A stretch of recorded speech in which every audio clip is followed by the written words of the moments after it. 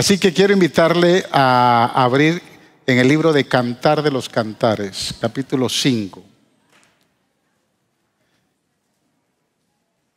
Fíjese que estamos en esta serie de mensajes y hoy es día de resurrección. Y siempre en esta fecha yo predico un servicio, un mensaje de la resurrección. Pero hoy no va a ser la excepción.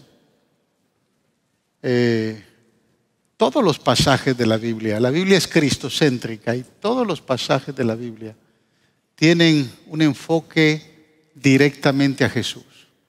Pero este pasaje que vamos a leer es un pasaje que nos revela de una manera impresionante quién es Jesús.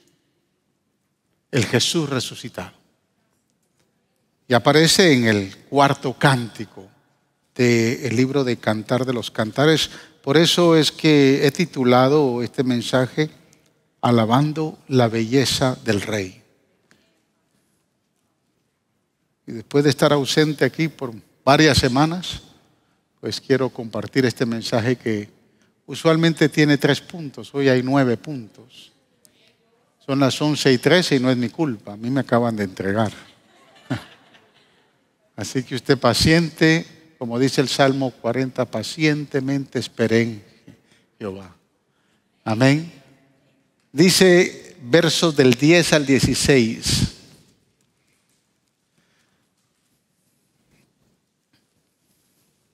Voy a leer de la versión Reina Valera.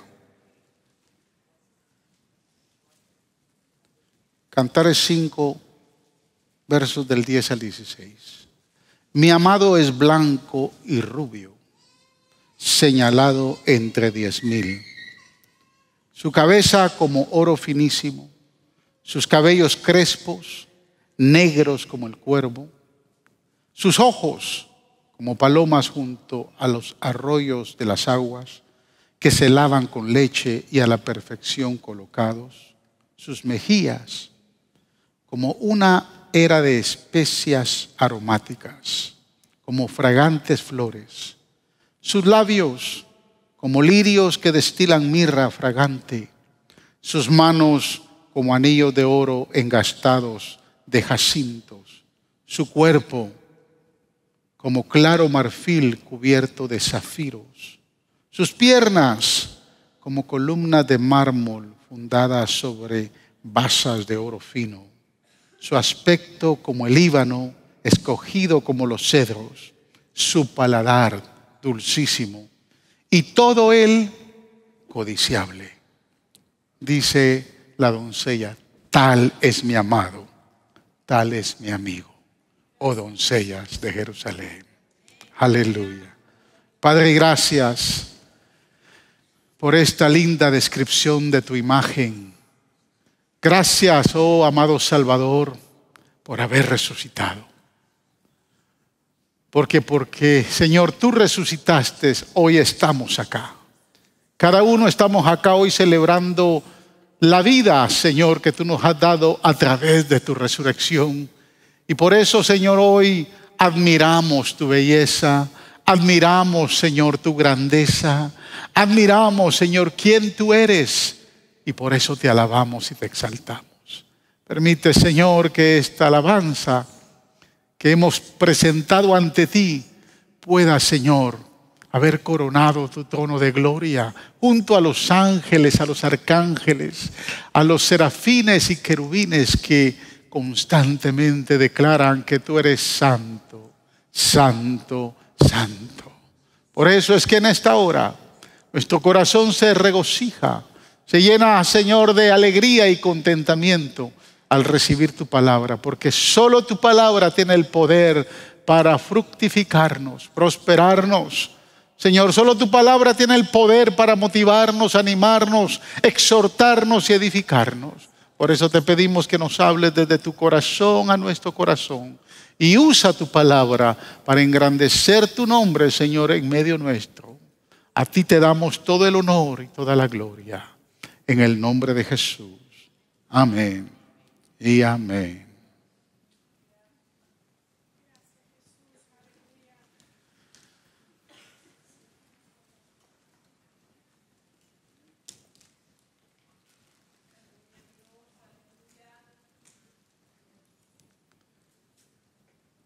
Hoy vamos a hablar del cuarto cántico de los 6 cánticos que relatan este libro, Cantar de los Cantares. En el tercer cántico vimos nosotros, hermanos, cómo el rey, después de haber enamorado a su doncella, la trae a su presencia, la lleva al palacio, la toma como esposa y comparte una noche de intimidad y de amor juntos. Pero en este cántico las cosas cambian. En este cántico la luna de miel ha terminado. Ahora la pareja se encuentra en un escenario totalmente diferente, donde la emoción, la euforia, el ánimo del enamoramiento del noviazgo y de la boda se convirtieron en la rutina diaria de todos los días. Lo que le pasa a cualquier pareja, lo que le ha pasado a usted, que muchas veces dice, de esta vieja ya no quiero más, me divorcio. O sea, le pasa a cualquier pareja. Y cuando empezamos a ver este cántico, nos vamos a encontrar que en la pareja del rey y la sulamita sucede esta cosa. La esposa está sola, su esposo ha estado fuera y ahora él ha regresado. Y la amada, en medio de su sueño, como lo indica el verso 2, yo dormía, pero mi corazón velaba, dice. Existe una llamada repentina, existe un toque a la puerta que interrumpe el semidormido estado de aquella joven que está acostada y es su esposo. Es el rey que está tocando a la puerta. Los sentimientos del rey son evidentes por los muchos términos que usted lee. Cuando lee el cántico va a encontrar términos de afecto que con toda motivación, pero más que todo con toda prisa, le está gritando a su amada detrás de la puerta, le está tocando a la puerta y le está diciendo, hermana mía, amada mía, paloma mía, perfecta mía. Pero sucede algo. Ella no quiere. Ella no abre la puerta. Ella se muestra indiferente. Para ella es mucha molestia levantarse e ir a abrir la puerta. Y mire qué contraste encontramos nosotros entre esta actitud de la sulamita con la actitud que tenía antes de casarse. Esa actitud que tenía de aquel que ella sabe que le ama. Pero es la misma actitud que nos pasa a muchos en la vida de la iglesia. Cuando nos importan más otras cosas que mantener la relación, la intimidad y la adoración a nuestro Rey. Cuando otras cosas en nuestra vida empiezan a tomar lugar, cuando otras cosas que nos empiezan a suceder nos quitan la atención, nos quitan el enfoque y como que ya no es tan importante el amado. Y muchas veces Jesús nos tiene que decir, como le dijo a la iglesia allá en Apocalipsis, yo estoy a la puerta y llamo. Si alguno oye mi voz y abre la puerta, entraré en él, cenaré con él y él conmigo. Y con mucha frecuencia, hermanos, respondemos con indiferencia. Y es una indiferencia a veces egoísta y muy tranquila, porque ahora no podemos descuidar el negocio. Ahora es más importante las horas extras de trabajo que nos están dando. Ahora de momento nos interesa más atender a los hijos y a muchas otras cosas más. Y como que le ponemos más atención a la bendición que al que bendice.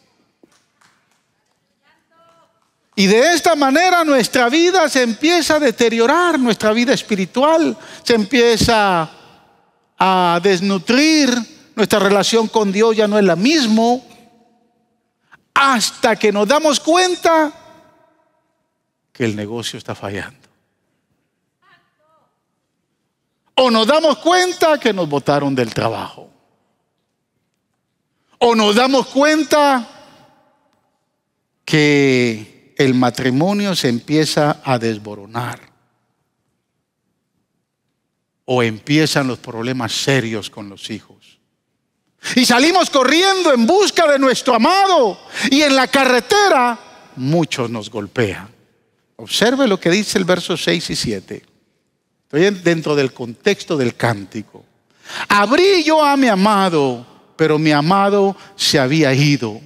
Había ya pasado y tras su hablar salió mi alma. Lo busqué y no lo hallé, lo llamé y no me respondió. Me hallaron los guardias que rondan la ciudad, me golpearon, me hirieron, me quitaron mi manto de encima, los guardias de los muros.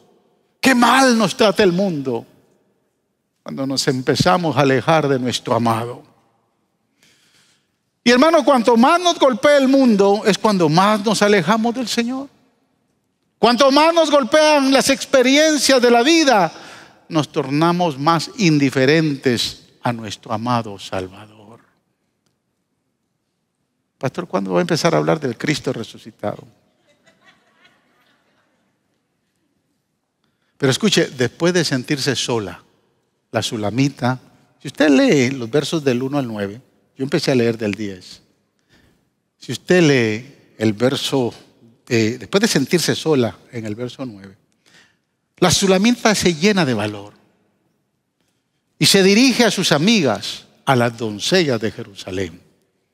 Y escuche cómo les dice en el verso 8: yo os conjuro, oh doncellas de Jerusalén, si halláis a mi amado, por favor, hacerle saber que estoy enferma de amor.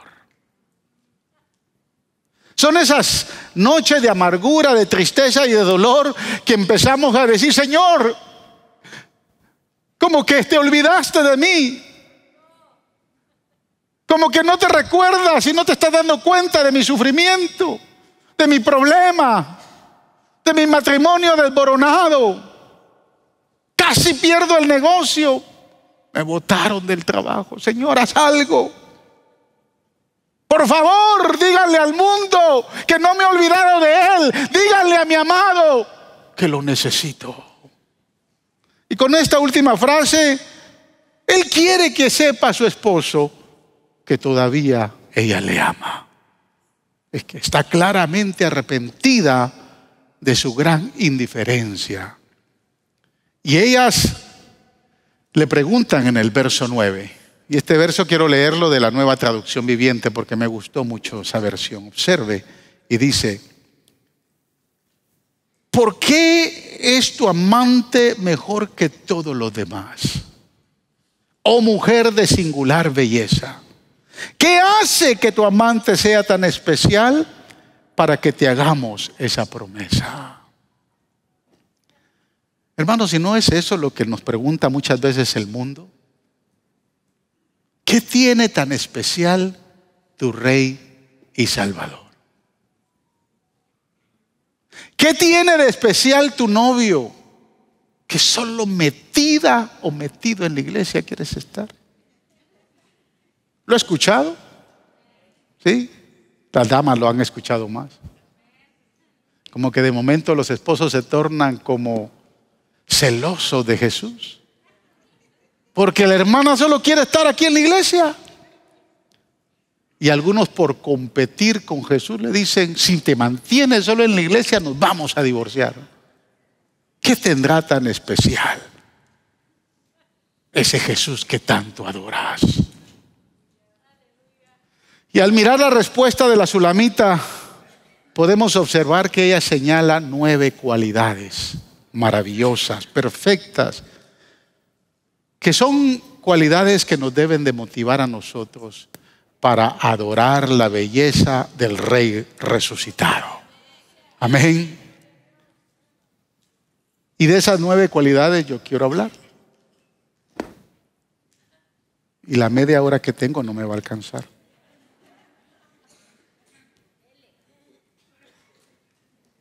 Fíjese, la iglesia popular por años ha engañado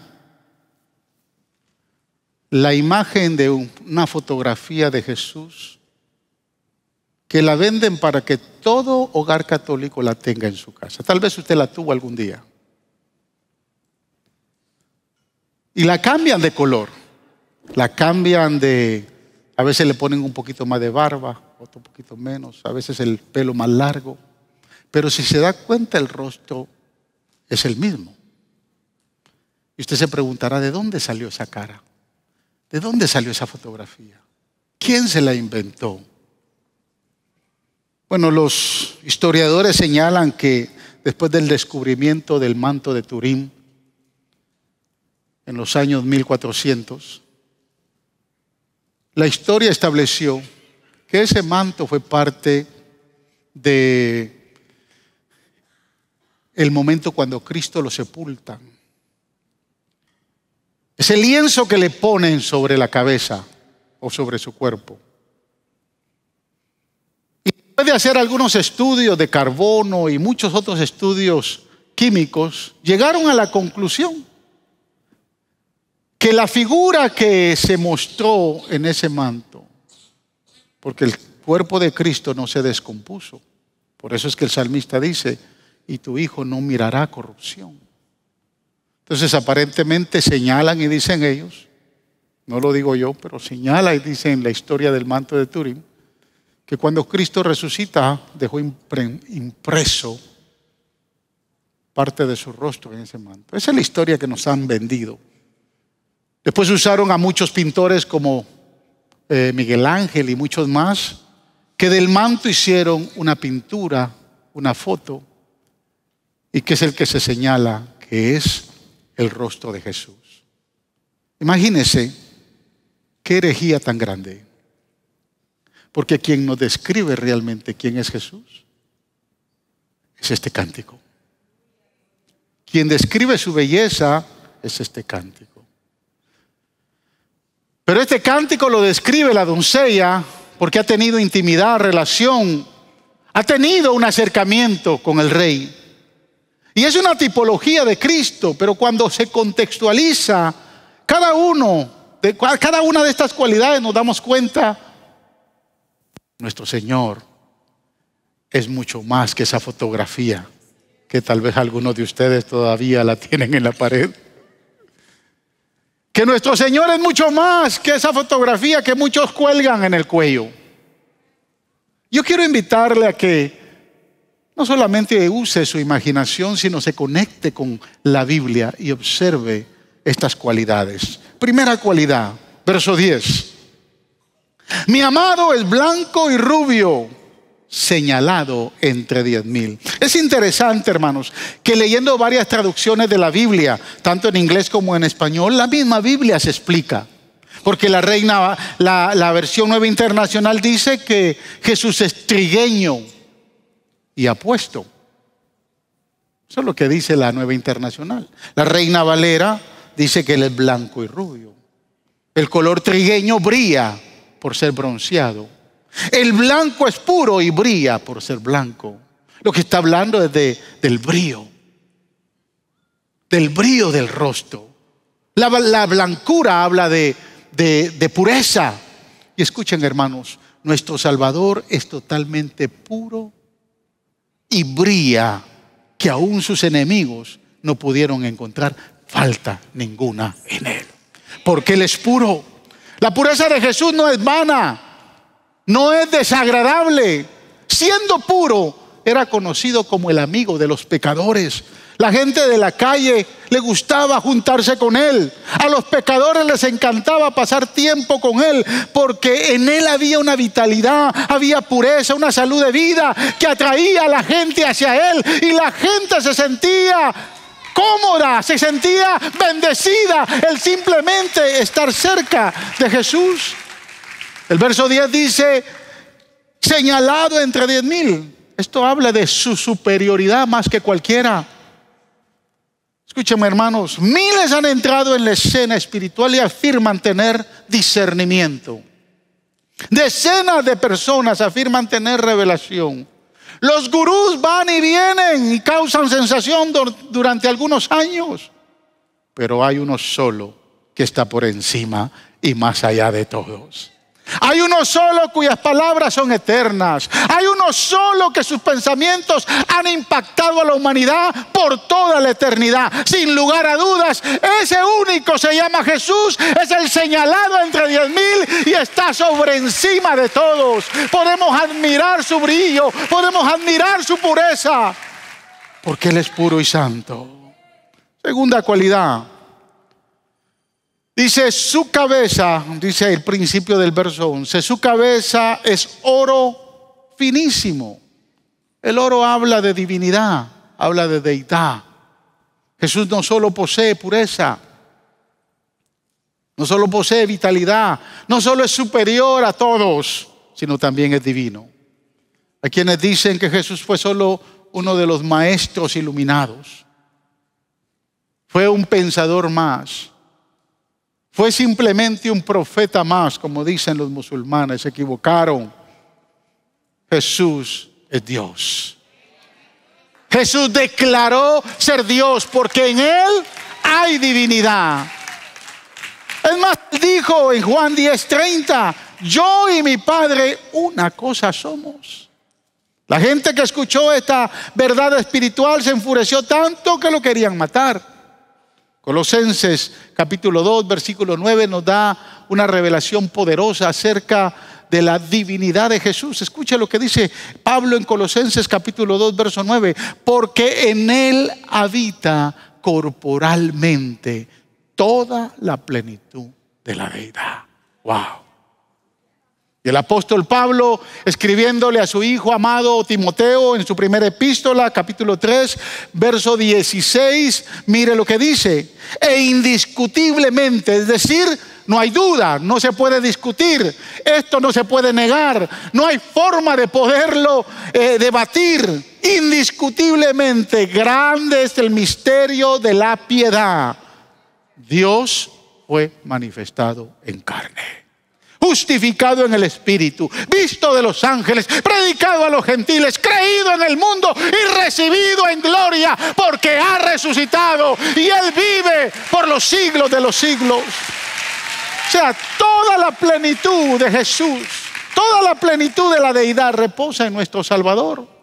¡Qué misterio tan maravilloso! Jesucristo vino del cielo a la tierra y su deidad está completamente intacta en Él.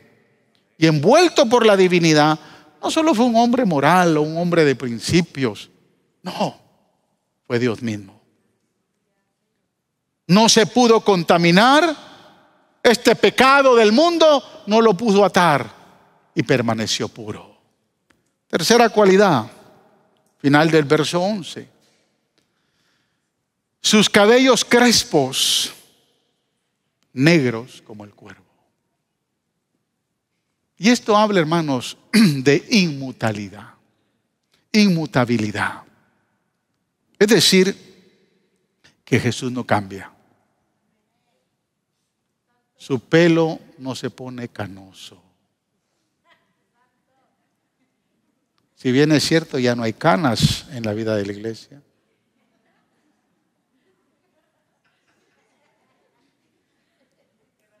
Jesús no tiene que andar inventándose ahí algún producto para que su pelo se ponga nuevamente negro. No, la Biblia dice que sus cabellos son crespos, negros como el cuervo. Él no cambia, Él nunca envejece. Sus mechones nunca tienen motas de gris.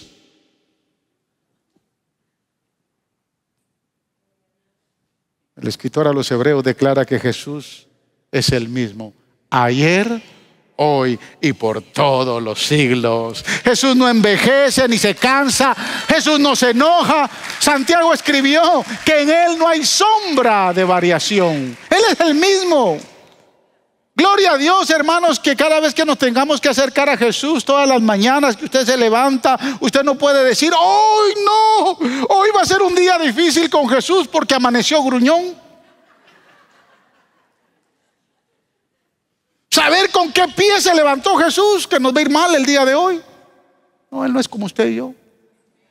Usted se acuesta bien y el día de mañana amanece con la trompa para arriba.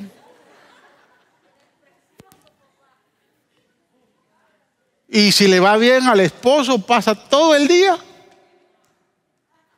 O si a la esposa le va bien, pasa toda la semana. No, Jesús no cambia. Él no cambia de parecer, Él no cambia de carácter, Él es el mismo. Aleluya. Él nos ama siempre a pesar de quienes somos. Él es el mismo siempre. Cuarta cualidad. Verso 12. Sus ojos como palomas junto a los arroyos de las aguas que se lavan con leche y a la perfección son colocados. Esto habla de simpatía, de identidad, de condescendencia, que nos falta a muchos. Los ojos de Jesús no son ojos que condenan, hermanos, ni son ojos que desconfían. ¿Ha visto esas miradas de condenación que nos dan en casa? Cuando no tiró la basura. ¿Las ha visto? ¿Ha visto esa mirada de desconfianza que cuando usted entra, ni siquiera le tienen que preguntar de dónde viene? Con la mirada es suficiente. ¿Se recuerda esas miradas que nos daba la abuelita cuando cometíamos el error de meternos en la conversación de los adultos? ¿Se recuerda?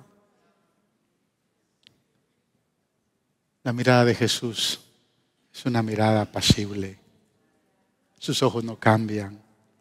Son los ojos de un Dios perdonador, conocido por la mansedumbre, por su paz, por su quietud. Sus ojos son de paloma. Mire, la Biblia señala, lo hablábamos el viernes, que la noche que Jesús lo encarcela, en el patio de Caifás, todos los discípulos se habían desparramado. Uno los seguía a la distancia. Jesús entra a la casa de Caifás y lo meten dentro de la casa. En el patio, alguien prende una fogata para calentarse y ese discípulo se sienta alrededor del fuego. Y por ahí aparece alguien que dice, óyeme, tú te pareces a uno de los que andaba con él. No, yo no soy, te equivocaste. Y cuando habla, otro dice, no, tiene acento galileo. No, yo no soy. Y aparece otra persona. No, tú eres. Es más, tú eres Pedro. No, se equivocaron. Y por 3 veces lo niega. Instantáneamente el gallo canta. Y Lucas, hermanos, cuando el gallo canta, dice que Pedro, frustrado y temeroso de haber negado a Jesús, después de haber jurado por 3ª vez que no lo conocía, inmediatamente Jesús sale de donde lo tenía. Lo dice Lucas, es el único que lo dice.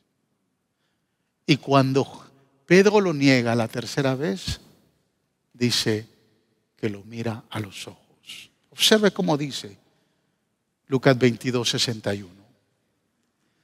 Entonces, vuelto el Señor, miró a Pedro.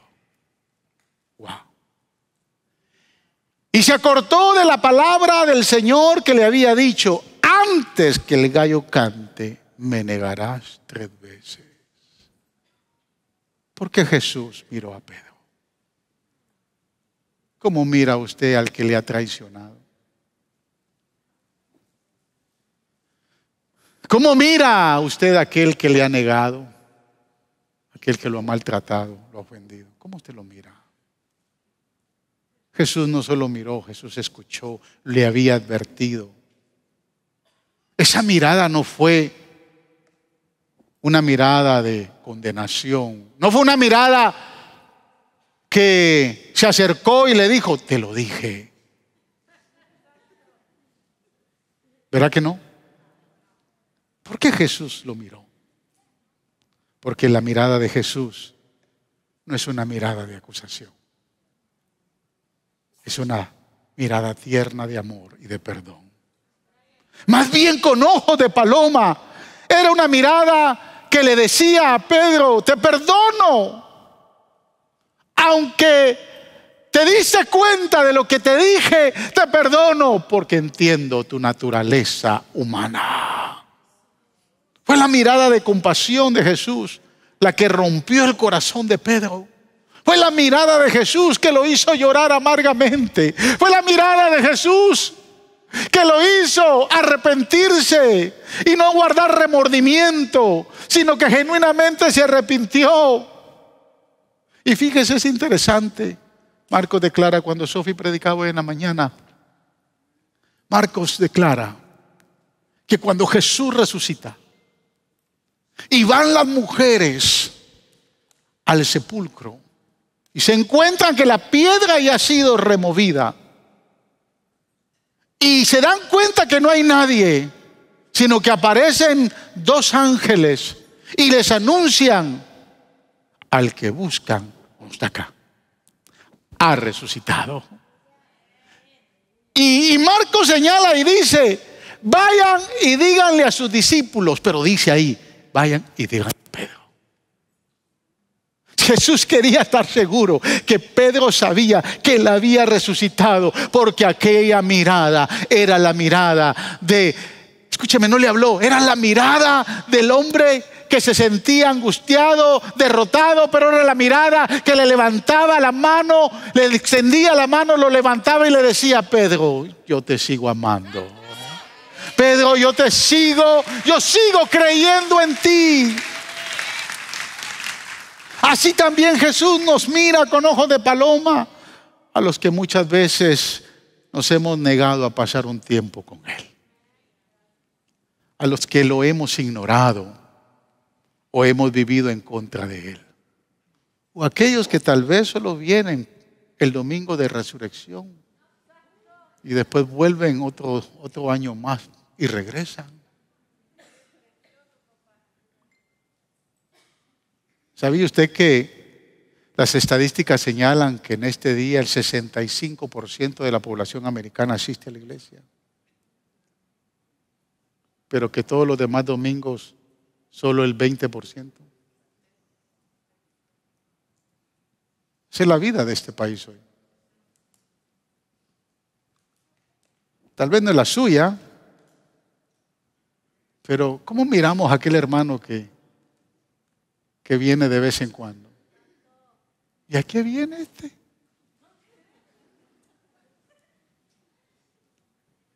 ¿Cómo lo miramos? ¿Cómo miramos a aquel que ha caído, que ha pecado, que está destruido y que no necesita guardar remordimiento? Lo que necesita es arrepentimiento. Solo con una mirada de amor, de ternura, de compasión y no de condenación. Como Jesús miró a Pedro. A los que hemos tenido una semana en la que no hemos sido lo que deberíamos de haber sido, Él nos dice, como le dijo a Pedro, te perdono, te entiendo. Sigue adelante, levántate, camina, no desmayes, porque he resucitado. Aleluya, qué lindo es nuestro Salvador.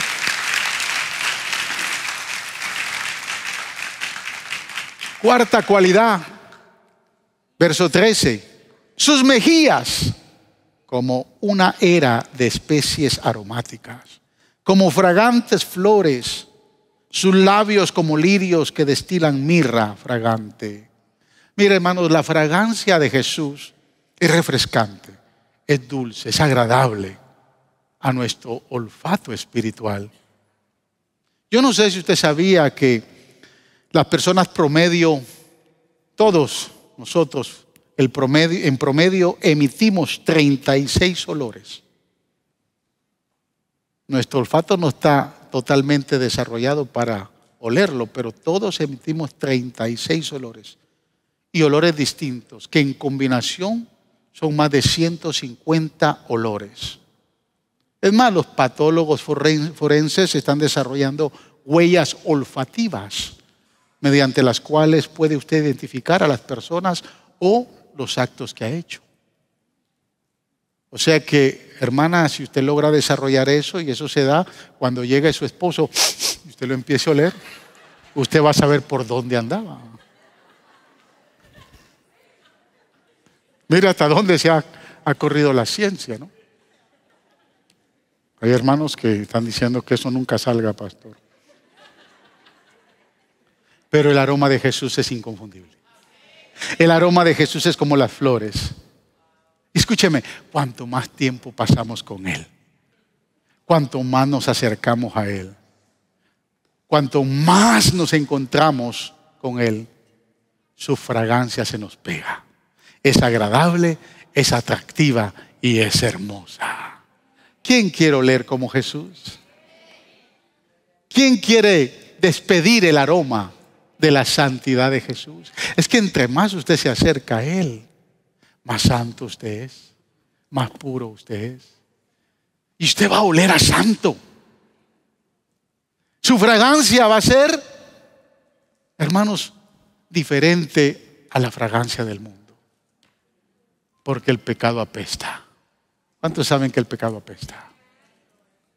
Pero cuando todos nosotros que hemos venido apestosos, malolientes de un mundo lleno de pecado, a Jesús no le importó oler la peste que traíamos.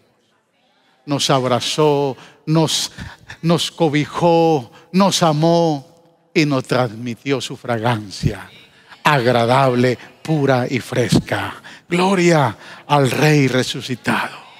Aleluya. Gloria a Jesús. Quinta cualidad, verso 14, la primera frase dice: sus manos como anillos de oro engastados de jacintos. El anillo habla de autoridad, porque era con su anillo que los gobernantes, los reyes, los príncipes, los faraones estampaban su sello en los documentos oficiales. Los discípulos, maravillados cuando Jesús calmó la tormenta, dijeron: wow, no hemos visto tanta autoridad como la que tiene este hombre.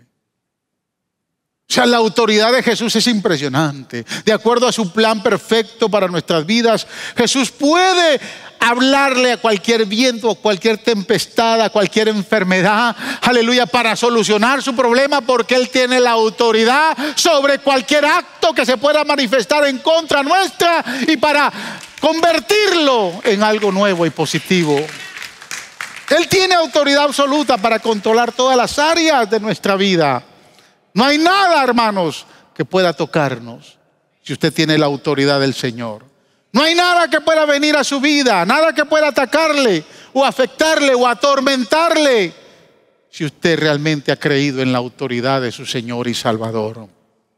En el momento en que Él decida que va a hacer un cambio o que ha llegado a lo suficiente en su vida, Él dirá: estad quietos, yo estoy en control. Yo tengo autoridad, porque sus manos son autoritarias. Aleluya. Sexta cualidad. Mire, yo voy a avanzar porque ya me está acercando la hora. Final del verso 14, dice: su cuerpo como claro marfil cubierto de zafiros. Si usted se va a la versión Reina Valera antigua, o algunas otras versiones como la versión del oso, la versión de Jerusalén, y muchas versiones que vienen de los manuscritos masoréticos, usted se va a encontrar que no dice su cuerpo, dice su vientre. Hoy la versión nueva, la versión Reina Valera y todas las versiones contemporáneas dicen su cuerpo. Pero es interesante porque Casiodoro de Reina establece y pone su vientre. Porque es que en los tiempos del rey Salomón, el vientre era lo que determinaba el asiento de las emociones y de los sentimientos. Hoy no sabemos qué es el vientre. Después de ver y entender bien la Biblia, nos damos cuenta que es el corazón, pero no es el corazón que late y pulsea sangre, es el corazón, es el ser interior, es la personalidad, es el asiento, es donde está el asiento de nuestras emociones. Pero en los tiempos del rey Salomón era su vientre. Y por eso es que todavía están los dichos que cuando alguien se enamora siente maripositas en el estómago. ¿Se recuerda que este tiene maripositas en el estómago? Porque se creía que en el vientre estaban todas las emociones. Y el escritor establece, cuando dice su vientre, cuando traduce la versión al griego, pone su vientre. Hebreos 4:15 dice que Jesús fue tentado. Cuando se paró ante la tumba de Lázaro, él lloró, porque él sabía afligirse.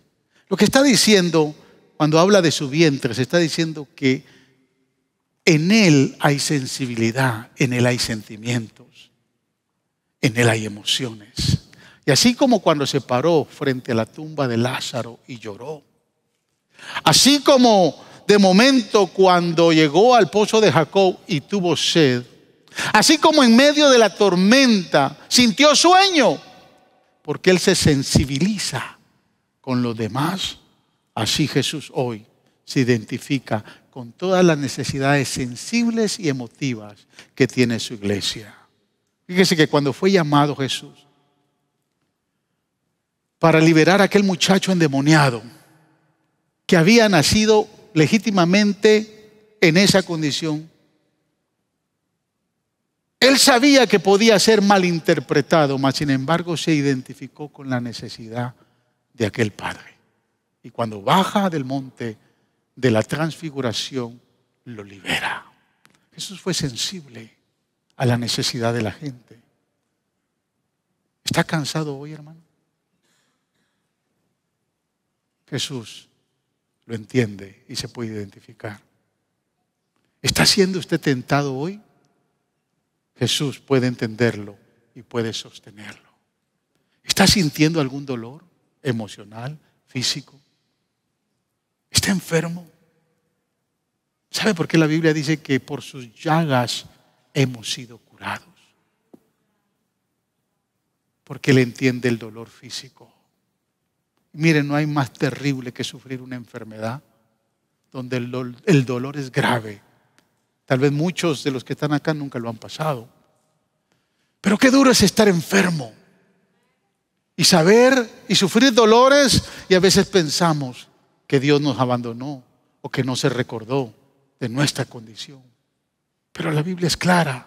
Él dice que Él es nuestro sanador.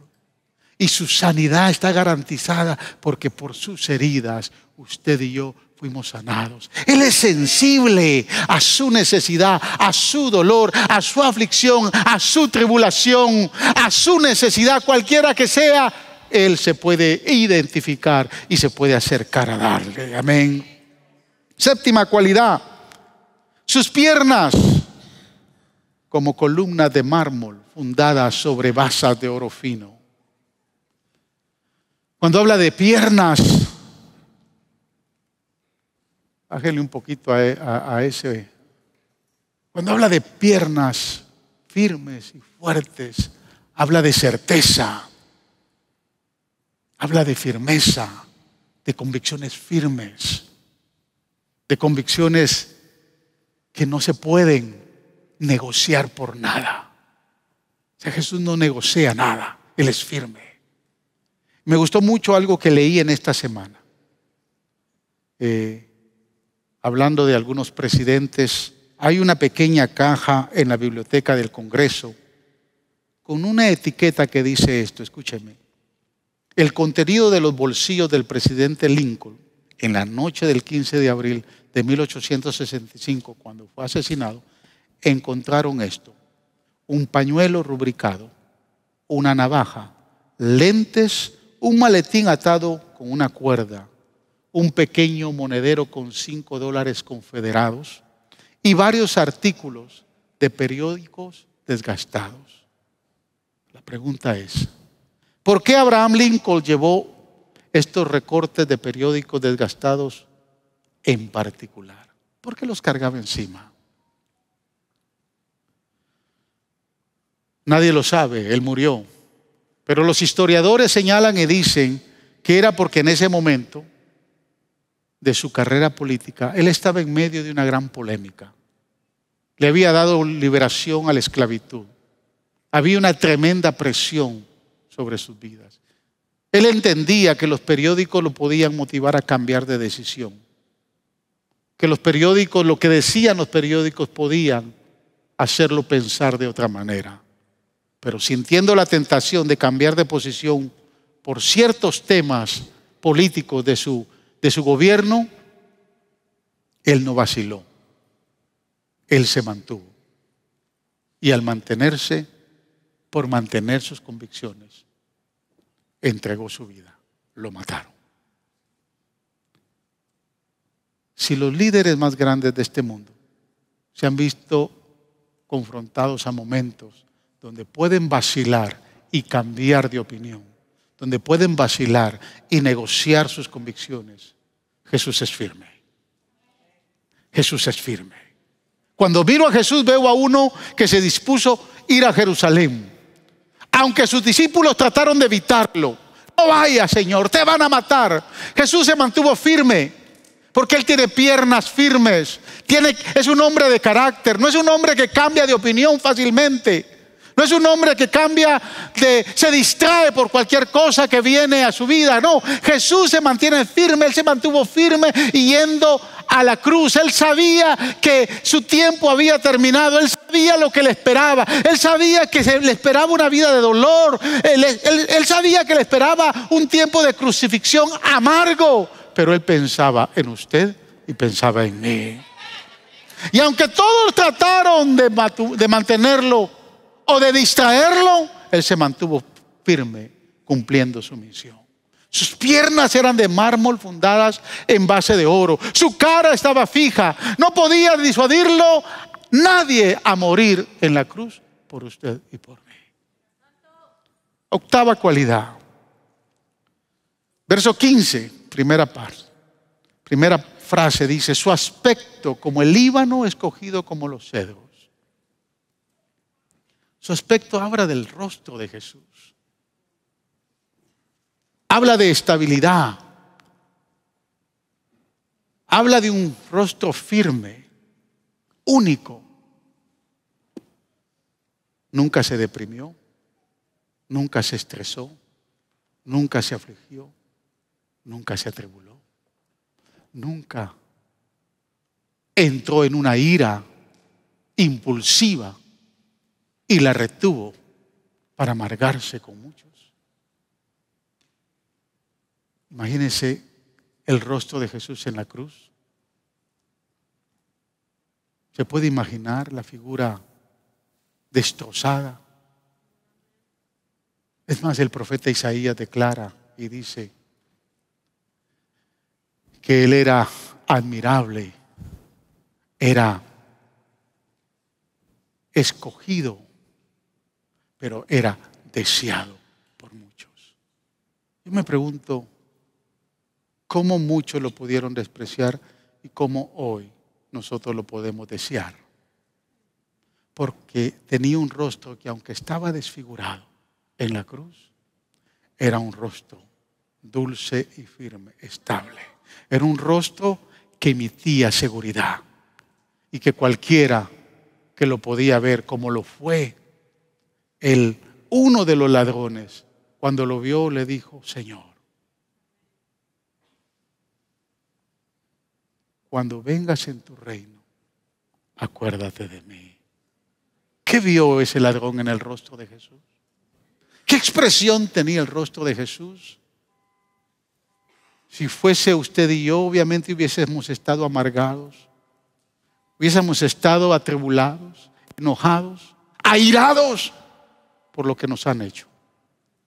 Y estando en la cruz, jamás hubiéramos podido decir: Padre, perdónalos, porque no saben lo que hacen. ¿Cuál fue la expresión del rostro de nuestro Señor el día que murió? ¿Cuál fue la expresión del rostro del Señor el día que resucitó? O más bien, ¿cuál es la expresión del rostro de Jesús cada vez que usted se acerca a Él? Y si usted entiende que Él está viendo, ¿cómo usted cree que Él está viendo? Le está viendo con un rostro no afligido, ni atribulado, ni deprimido, ni estresado, ni enojado. Lo está viendo con un rostro lleno de amor y de pureza, que sabe entender lo que usted está pasando. Así es nuestro Salvador, sólido, fuerte, estable. Así es nuestro Rey que ha resucitado. Es un Rey que se mantiene firme en todo lo que es. Última cualidad. Y esta cualidad es impresionante. Al final del verso 16, el escritor a los Cantares dice: su paladar dulcísimo y todo él codiciable. Tal es mi amado, tal es mi amigo, oh doncellas de Jerusalén. Interesante, su paladar es dulcísimo. Esto habla de ternura, pero habla de las ternuras de sus palabras. Verdaderamente la boca de Jesús es dulce. Lucas escribió que la gente se maravilló de las palabras de Él. Se maravillaba de las enseñanzas de Él. Lucas 4:22 dice: y todos daban buen testimonio de Él, y estaban maravillados de las palabras de gracia que salían de sus labios, que salían de su boca. Marcos escribió que la gente común lo escuchaba con agrado. Capítulo 12, verso 37 dice: David mismo le llama Señor. ¿Cómo pues es su hijo? Y gran multitud del pueblo le oía de buena gana. Y Juan escribió que los oficiales se quedaron maravillados al escuchar a Jesús. Juan 7:46 dice: los alguaciles respondieron: jamás hombre alguno ha hablado como este hombre. Sé que tal vez usted y yo no hemos escuchado la voz audible de Jesús, pero cada vez que me sumerjo en las Escrituras, yo escucho su voz. Cada vez que yo entro a las Escrituras, puedo saber qué tono de voz, qué registro de voz, y puedo entender que su voz es dulce, que su voz es agradable, y como dice, su paladar es dulcísimo. A veces estamos cansados de cómo nos habla la gente, hermanos. Es más, estamos cansados de los prejuicios de la gente. ¿Se ha cansado de los prejuicios de la gente? El otro día me decía: pastor, yo me tuve que dejar de alguien aquí en la iglesia porque cada vez que me sentaba con esa persona se pasaba prejuiciando el servicio. Todo lo que hablaba del servicio era malo. Y le dije: ¿quién es? Me gustaría sentarme a la par de él. Tal vez si yo me siento no va a tener el valor, ¿no? Pero estamos cansados de los prejuicios, de cómo nos habla la gente, de cómo nos habla el jefe, de cómo no... Hay padres que están cansados de cómo les hablan sus hijos, y hay hijos que están cansados de cómo les hablan sus padres. Hay esposas que ya ni quieren escuchar al esposo. Y hay esposos que no llegan a casa solo porque saben que tienen que escuchar la voz de la esposa. Y la gente pasa, hermanos, cansada de escuchar a los demás. Hay hermanos que no quieren ni siquiera escuchar más a predicar al pastor.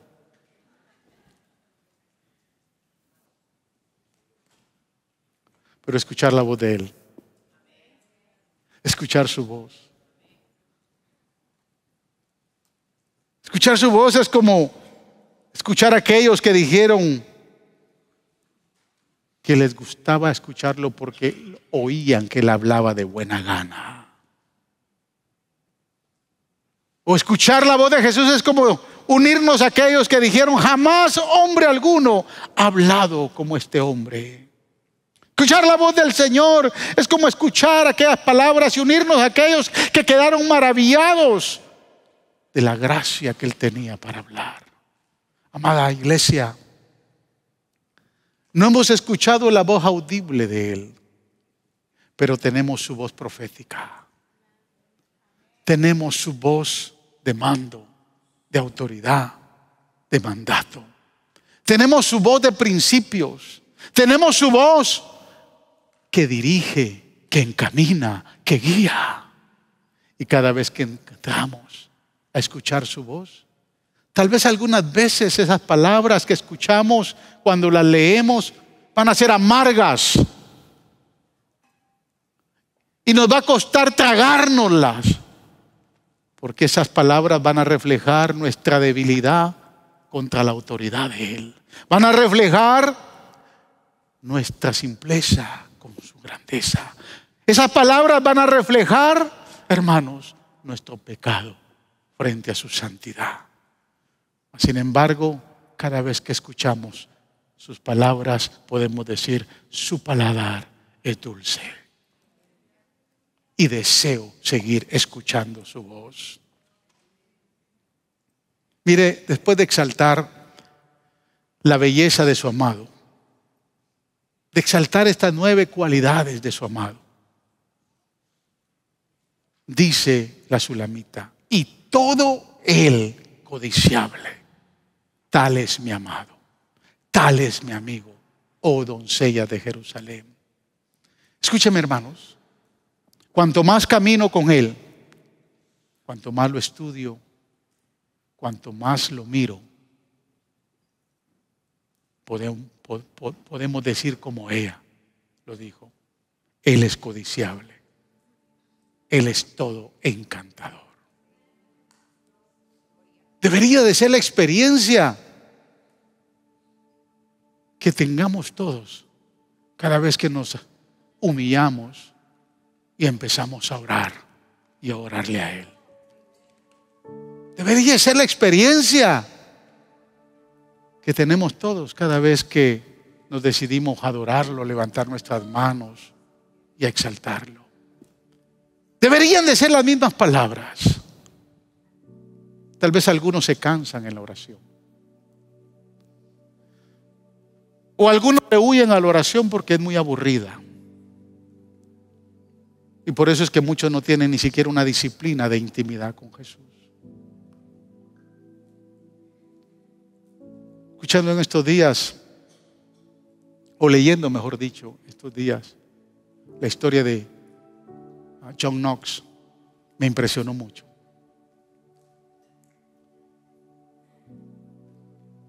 Él relata su historia y su experiencia con Dios de 2 formas. Él dice, cada vez que yo me arrodillaba a orarle al Padre, tomaba 30 minutos para leer su palabra y 30 minutos para orar. Y después volvía y tomaba 30 minutos para leer su palabra y otros 30 minutos para orar. Y durante 4 o 5 horas diarias, John Knox, su experiencia de intimidad con el Señor se daba de esa manera, de esa forma. 30 minutos oraba y 30 minutos adoraba. 30 minutos oraba y 30 minutos leía la palabra. En su libro, John Knox describe al final, qué impresionante. Qué impresionante. Cada vez que tengo esa experiencia, Él es encantador. Él es adorable. Él es precioso. ¿Sabe, amada iglesia? Nosotros somos la única institución establecida aquí en esta tierra. No somos una religión. Somos la iglesia de Cristo. Y fuimos establecidos para tener comunión con Él, para tener intimidad con Él. Somos los únicos sobre la faz de la tierra que podemos tener la experiencia como la Sulamita, que después de tener tiempo de comunión con Él, con su palabra, podemos decir, Él es encantador. Él es dulce, Él es maravilloso.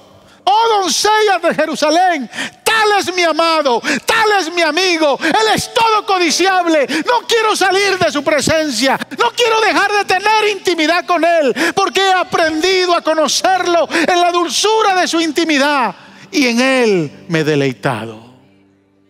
Podemos salir de esta casa y podemos decirle al mundo, a todos aquellos como la Sulamita: oh doncellas de Jerusalén, tal es mi amado. Porque el mundo no tiene el deseo de conocer a Jesús. Porque el mundo no tiene la convicción de acercarse a un Cristo resucitado. ¿No será que nosotros hemos dejado de hablar, de decir o de admirar su dulzura o lo encantador que es Él? ¿No será que como iglesia nos hemos acostumbrado solo a venir un domingo por semana para aliviar nuestra conciencia de que estamos buscando de Dios?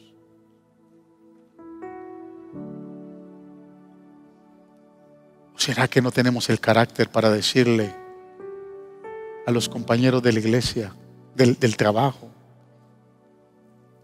o a la gente que nos conoce: qué encantador es Jesús, qué encantador, oh doncella de Jerusalén? ¿Se recuerda que ella le preguntaron en el verso 9? ¿Por qué? ¿Qué tanto tiene tu amado? ¿Qué tanto dices de tu amado? Yo quiero decirle que solo a medida que usted y yo intimidemos con Él, tengamos relación con Él